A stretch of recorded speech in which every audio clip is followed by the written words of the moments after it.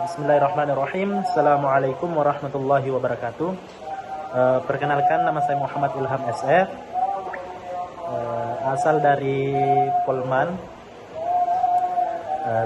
Pada kesempatan ini saya akan memaparkan sebuah model pembelajaran integratif antara Picture Order Thinking Skill atau HOTS dengan pendekatan diagnostik dalam pembelajaran pendidikan agama Islam yang relevan pada konteks Indonesia saat ini, yang dimana di era modern pada saat ini yang penuh dengan perkembangan teknologi dan arus informasi yang begitu cepat, di mana pembelajaran tidak lagi cukup hanya menekankan pada kemampuan menghafal atau memahami secara dasar.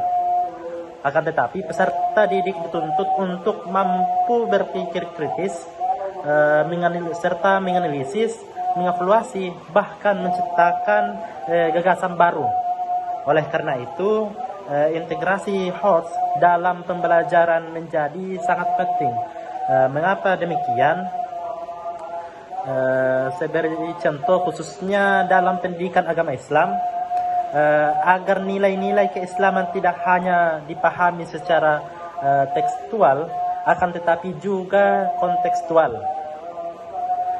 Model integratif yang saya tawarkan berangkat dari dua komponen utama, yaitu HOTS sebagai tujuan perkembangan kemampuan berpikir tingkat tinggi dan diagnosis sebagai langkah awal untuk memahami kondisi serta kebutuhan belajar siswa.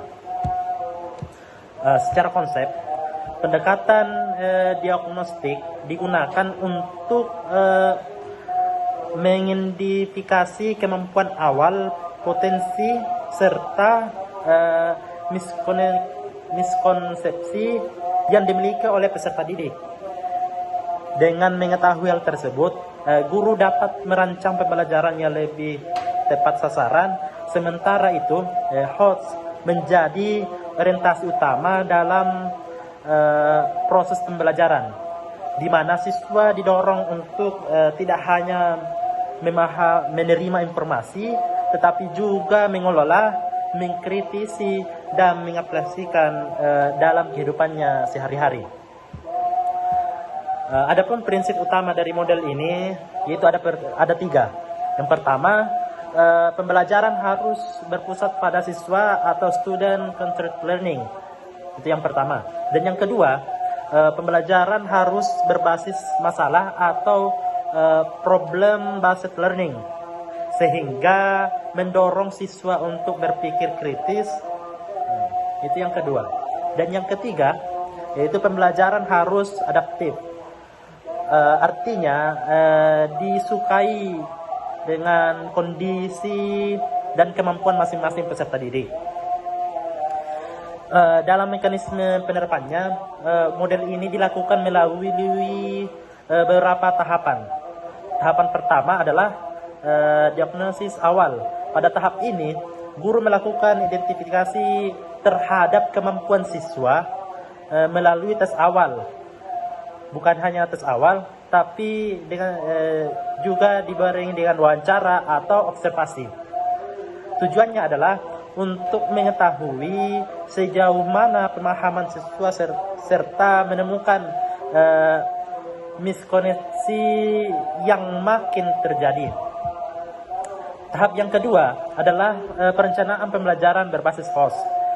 Guru merancang materi, metode, dan evaluasi yang mendorong siswa untuk berpikir tingkat tinggi. Misalnya, dengan memberikan studi kasus, diskusi kritis, atau analisis terhadap fenomena keagamaan yang terjadi di masyarakat. Itu yang kedua. Dan yang tahap ketiga adalah pelaksanaan pembelajaran. Dalam tahap ini, guru berperan sebagai fasilitator yang membimbing siswa dalam proses berpikir. Siswa diajak untuk aktif bertanya, berdiskusi, dan mengemukakan pendapatnya. Pembelajaran tidak lagi bersifat satu arah, akan tetapi interaktif dan dialogis.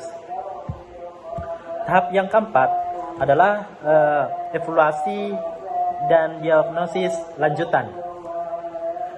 Guru kembali melakukan evaluasi untuk melihat perkembangan siswa sekaligus mengidentifikasi apakah masih terdapat miskonsepsi.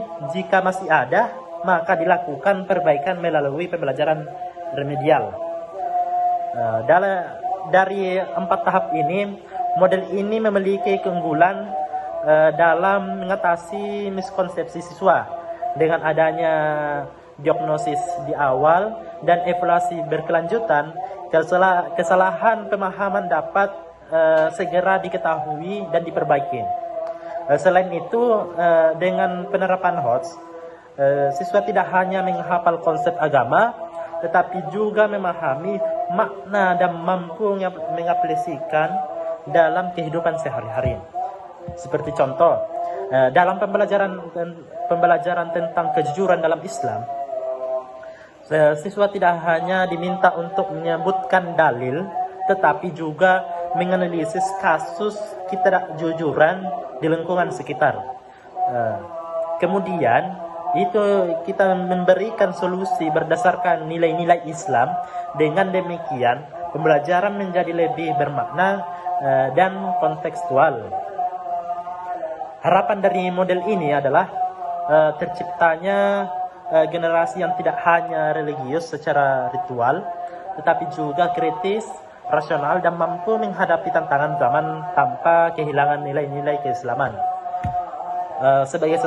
Sebagai saran, guru perlu terus meningkatkan kompetensi dalam merancang pembelajaran sebagai host, serta memanfaatkan berbagai media yang menarik agar proses pembelajaran itu lebih efektif.